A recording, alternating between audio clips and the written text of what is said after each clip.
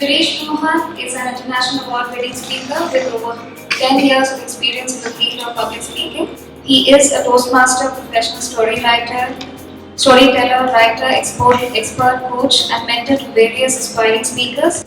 He is the co-founder of Banjara Toastmasters, one of the leading community clubs in Bangalore. What sets him apart? Now, this is very interesting. What sets him apart is the way he thinks about life and the way he approaches it. Over the years, he has been instrumental in handling various platforms on public speaking and has created a niche of his own. So, with a big round of applause, let's welcome.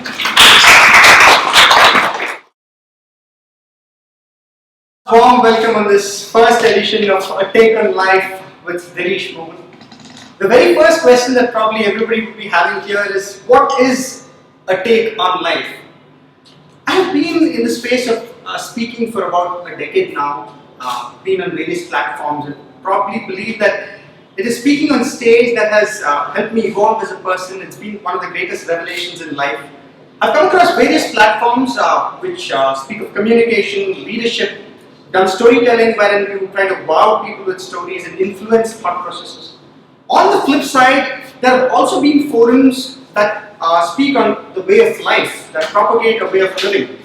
And they have set their own ways to look at life. But what I've felt is that there's always been a void, a lacuna, where there hasn't been a level playing field that discusses life the way it is, without a sense of inhibition, without a sense of being judgmental. So this platform, A Take on Life, is being built or being created with a vision to come express your thoughts, be yourself out here, and it is through diverse views, stories, disagreements probably in the healthiest of forms, that we probably widen our perspective of life.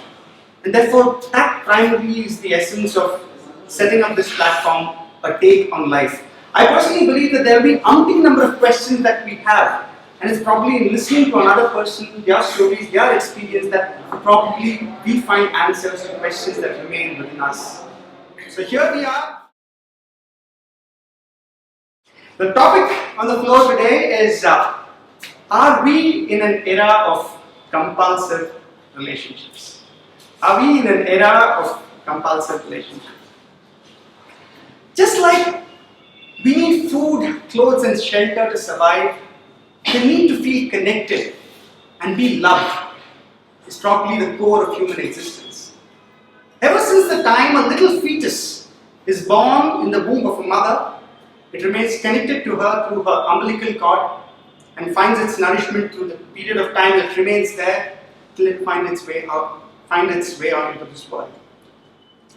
As humans, we are social beings. It is our family, our society, and the world that surrounds us that probably defines our everyday lives. So it's pretty natural that as we grow older, that we try to seek that someone special, that someone with whom we can build a bond, feel secure, feel wanted, feel cared for, feel loved. However, ladies and gentlemen, we are also in an era today that once we probably are in our early 20s or even earlier, it has become more like a fad to say, I'm in a relationship. It seems like the next cool thing in town to be in.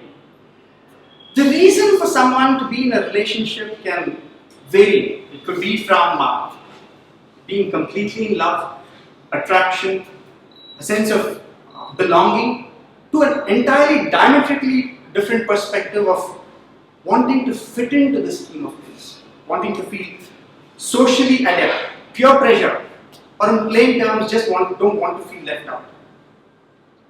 While a relationship is probably the best thing that can happen to mankind, it sometimes is a mousetrap too.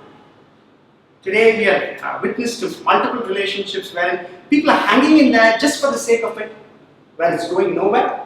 But on the flip side, we are also witness to a phenomenon wherein we are finding people being in and out of relationships. I was in a relationship, it didn't work out, and I am in another one, maybe 6 months down the lane, again you hear the same statement again and again. In both cases, it is the need to be in a quote-unquote relationship that is a driving factor. So ladies and gentlemen, the floor is open. Are we in this era of compulsive relationships. Are they compulsions that are driving us to call or get into a relationship? Is it a sense of convenience, or is it that being in multiple relationships helps us understand what true meaning of love is, or is it plain escapism? The floor is open for discussion. I feel the amount of connections that you can make with people reduces gradually as you grow older. Okay. And maybe it is, I don't know whether you say it as a compulsive relationship, but the openness that we have when we are in the school or the teens, or we are having at that phase of time, gradually reduces when you enter into a college life or as and more towards a professional life. I guess that's where he's also talking and what he's telling. So it says, the older I get, the more I realize the value of privacy, of cultivating your circle and only letting certain people in. You can be honest, open and real while still understanding not everyone deserves a seat at the table of your life. Is it a level of frequency that you look for? Is it a level of comfort? Or is it a spark, as we call it? Let's say in your 30s, pretty much all of us are in our midlife crisis at that point, in various stages, let it be personal or let it be professional. We are all in that midlife. So you're already having a lot of shit from so many things. So a lot of people don't really want to get involved with newer people or new persons because everyone is only cribbing these things. Okay. Everybody has only. What is it that sparks off relationships in the early 20s, and why does it more often than not last? I mean, the percentage of relationships that really hold up, that begin in the early 20s are less high if you were to go by the search. You get a good amount of experience. You see, like, oh, yeah, फिर हो भी गई. People just get into it. I've seen people just get into it for the sake of getting into it, and I also, at one point, was guilty of it. But get into it for the sake of getting into it. I love that. No, yeah. So I've seen a lot, and over the period of time, I've realized after seeing a lot of people coming back and like, no, that was not the right fit. No, that was not the right fit. Over a period of time, now I realize that maturity plays a big role in what you want and what you expect from certain people. Yeah. I second the start when we Yeah. just get into it for the sake of getting into it. Okay. That's all. Okay, I have a question for you all. Once you get into it and you're off it, isn't there a tendency to get into another one? Depends on how you enter the last.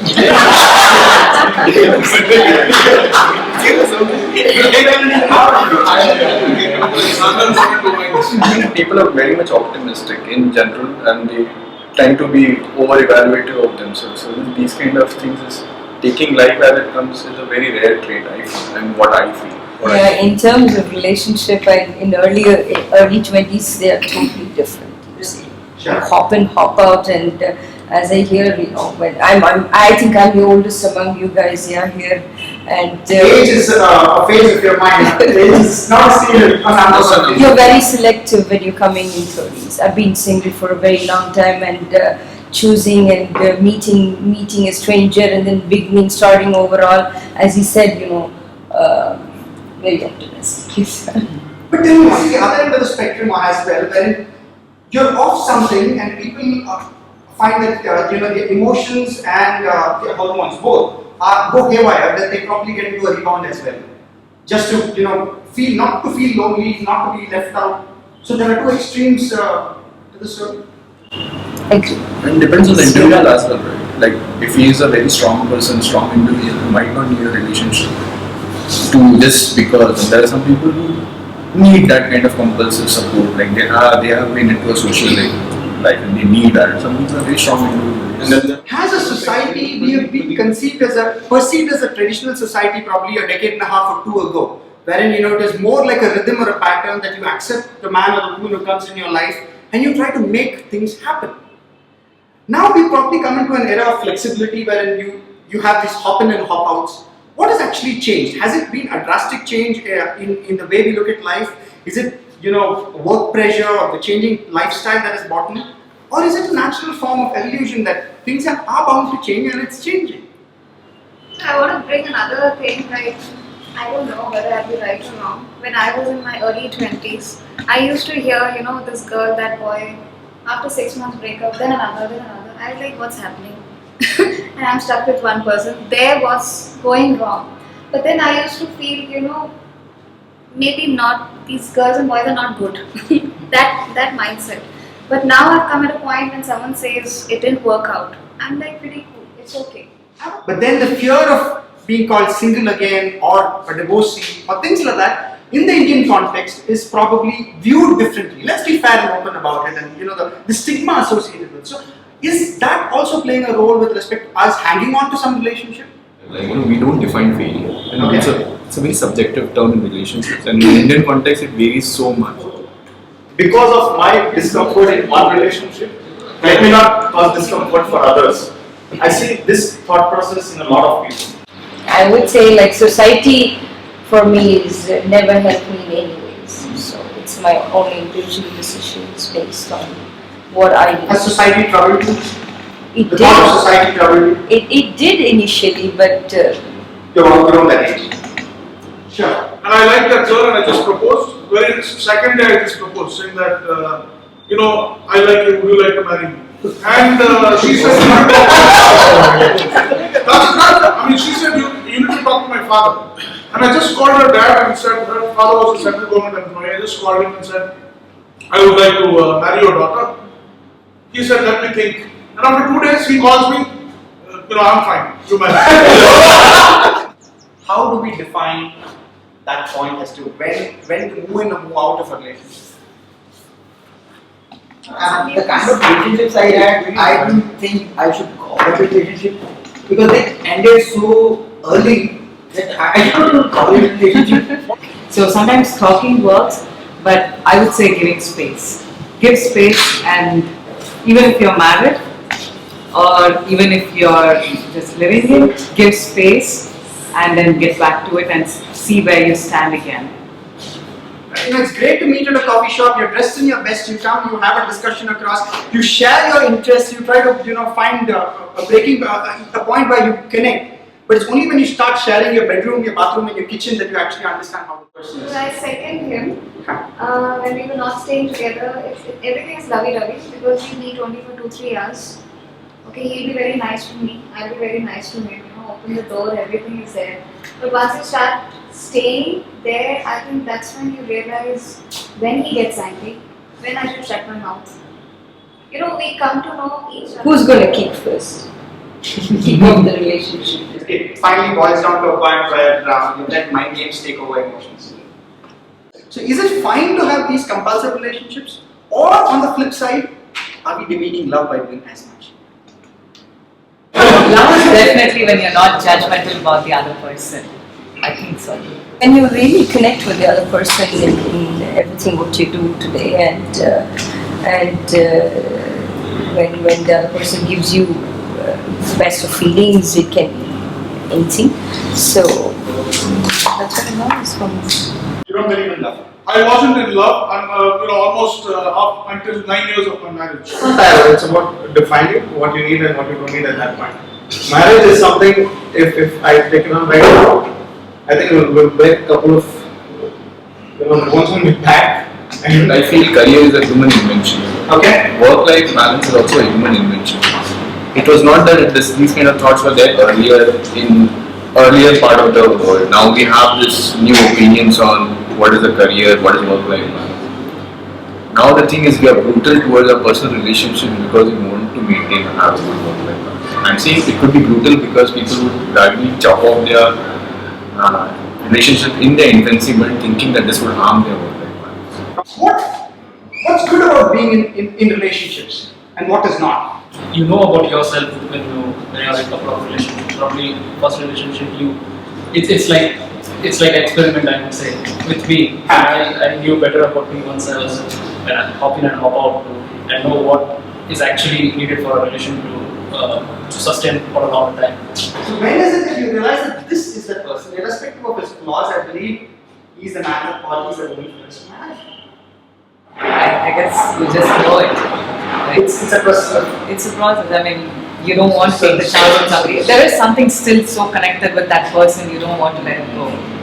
You just want to feel that you are always in a relationship. How many of you all think that that exists? Probably that you wish to remain in something that at every given point in life.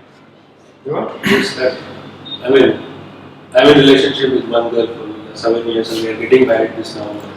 Wow, I think that's something to positive applause. Any last remarks, last thoughts, anything that you want to leave behind? Yeah, I just wanted to share it. So I live in San Francisco. A lot of my friends went to American universities, and I'm at the age where I see a lot of people getting married, and a lot of people are not married. I just want to share a perspective from that. I see a lot of people going through different relationships, and the good ones leave both people better afterwards. And people take things from those relationships and they keep with it. I got into wine because of my first relationship in college. And a writer in Seattle, Dan Savage, once he wrote something that it sounds kind of grim, but I find it really comforting. He said, look, every relationship fails until one succeeds. And I've seen it time and time again. Numerous of my friends have gone through several relationships, many relationships even, some good, some bad, full run. And then they find somebody, and that relationship succeeds. And some of the strongest marriages I've seen come out of that. The idea of having this platform was to get candid, was to be yourself, was to share your stories. And what happened over the last 1 hour was probably we've heard enough aspects. There is no right definition to getting something right or getting something wrong. I personally don't believe in any of it. That somebody can ever tell you that this is your way of life or this is not the way of life. And therefore it is a subjective phenomenon, be it compulsive relationship or life itself is a process of discovery where we learn to discover more about ourselves as we go along. It's been a wonderful discussion, a lot of candid views, real life experiences, thoughts. I believe that I've been able to facilitate this discussion and add one new dimension, one new thought, one new story. I think this event has been successful. I had a wonderful time. As the gentleman right here said, you keep failing until one finally works. Let it work. Have your take. At the end of the session, each one of you, I leave it to you all to have your personal take on what a relationship is or what a compulsive relationship is. Because life is all about how you see it. Thank you so much. Thank you.